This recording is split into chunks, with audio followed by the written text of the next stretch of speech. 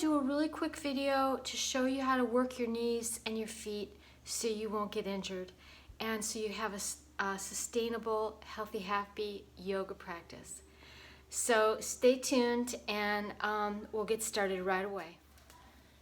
So the first thing is in the horse stance, it's super duper important to not allow your knees to come forward like this. This is going to strain this whole medial aspect of your knee, okay? So it's going to take some strength, it's going to take some cultivation to get them pushed back. The deep lateral hip rotators have to work to be able to do this, okay? But it's very important, so just work this slowly and gently. You should feel the entire quadricep, the entire thigh firing. You should not feel a danger sign is if you feel just one compartment of the leg working. You want to avoid that because we want to cultivate strength in all of the muscles, the quadricep muscles in the front of the knee, and as well as balancing with the hamstrings at the back of the leg. So it's a balance. So what I want you to go for in your horse is a global feeling. It's like like feel the burn kind of thing, but it's a global burn. It's not a compartmentalized burn. Okay? Okay, so when we're in the horse, I'm going to show you how to work your feet so as to activate this whole global, it's like a global holistic feeling of work throughout the entire lower body.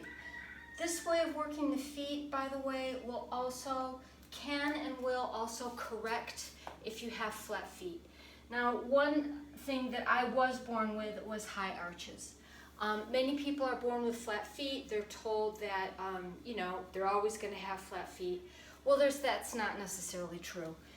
If you lift your toes, how I'm going to show you, that's going to strengthen and activate these two muscles coming from either side that create kind of a stirrup around the arch of the foot, and it will give you an arch, okay?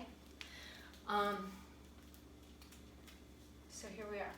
So we're in the horse, and I'm going to get my knees pushed back. I'm going to get my tailbone down and under. I'm going to get my kidneys open, okay? And then I'm going to lift all 10 toes. Now what this does for me is not only does it work those muscles, it's tibialis anterior and the peroneals, but when I lift my 10 toes, that makes the ball of the foot, which is actually the metatarsal, press. It forces the metatarsal to ground, and then it's easy to feel where you're missing. So when you lift your toes, you just feel, well, what part of my foot feels light on the floor? What part of my foot is not contacting the floor? And give that part weight. Give that part your attention, because what that will do is that's going to translate all the way up to the leg, and it will engage whatever area that you're not working. So the feet, this is why it's so important. The feet, it's like your control panel. This is the control panel for your standing work, all right? And when you're doing hands down things like dog, it's the same with the hands. It's the, this part of the hand is the control panel for feeding up into the whole arm and the shoulder and actually sustaining the wrist. But this is a whole nother video. We're just doing feet and knees today. So I lift my 10 toes, I dial in, okay, I find out where does it feel light, and I press there. And then I'll feel some little weak hidden muscle somewhere. It's like, oh, I exist, you'll feel it activate. But you won't feel it unless you use your feet. Okay, drop your tail. Lift your toes. You can come into your horse. Another thing, you want to open the back of your neck, open the kidney. And if you do all that, you should activate this global sensation of work that's throughout the whole lower leg. And once you start working globally like that, you can maintain this pose for a long time. because the chi does it. And these Shaolin warrior guys, they hold the horse for like a half an hour, etc. So, but that's beyond the scope of this class. The other thing that is super duper important is the knee. So we did these straight-legged poses yesterday. And again, so this is my front leg. It's going to be my straight leg. Maybe I'm going to do triangle. Yesterday we did Parshva Konasana.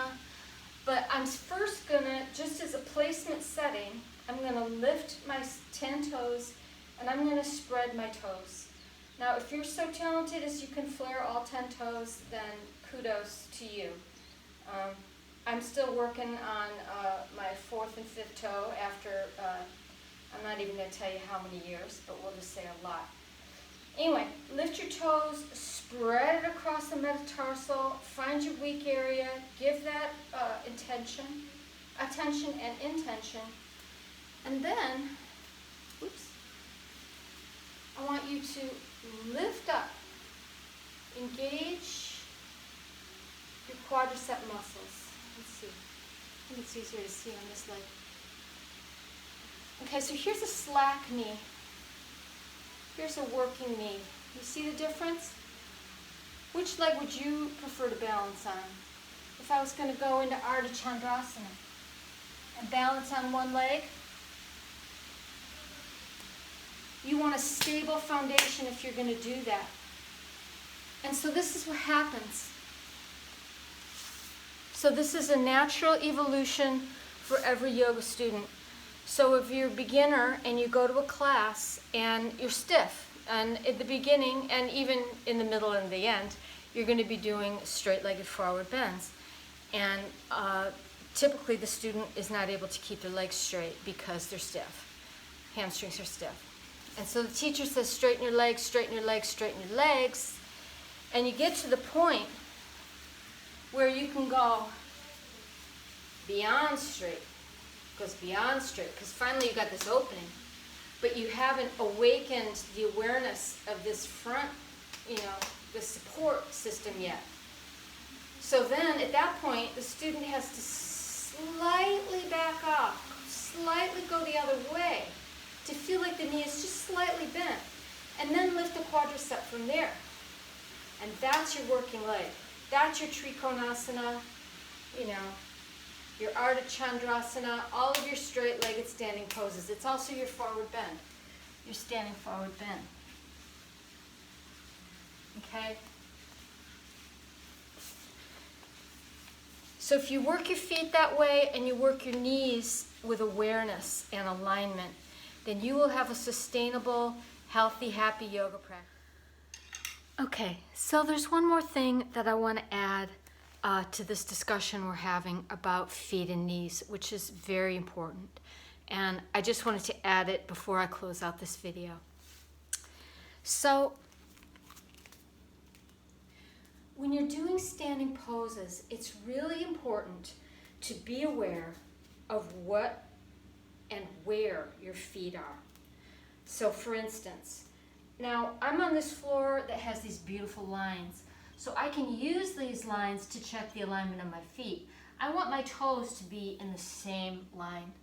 And anyone who's been doing my videos with me knows that I'm very fond of this pose, Prasarita Padottanasana, the wide forward bend. I think it's just, it feels good and it builds everything. And most people can do it to some degree. That's one reason that I use it a lot. In this particular posture, my toes should be pointing straight forward, which means the inner border of my feet are forming parallel lines. Okay? That's one position. In horse, my feet are going to be turned out 45 degrees. And ideally, I want my feet matching. I don't want one foot turned out more than the other.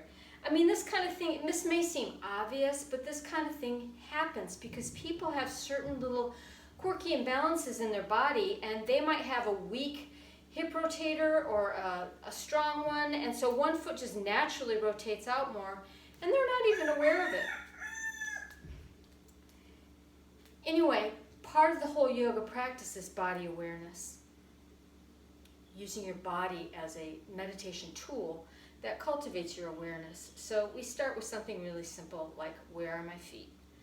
Okay, so horse is here. Toes coming out, knees coming out over the toes. And then we're going to come back to parallel. Then if we're going to do something like the warrior, this is going to be a slightly wider stance in my classes. And then this is going to be my front leg. This foot's going to turn 90 degrees, lifting up on the knee. And then this heel's going to kick out just a little bit. Okay, I'm going to cheat it just a little bit wider. Okay, and then I'm going to align my hips into the direction that the pose is facing, and then I'll go down into the warrior. Okay, for triangle, it's going to be the same. Okay, so just know, because in classes you see all kinds of things.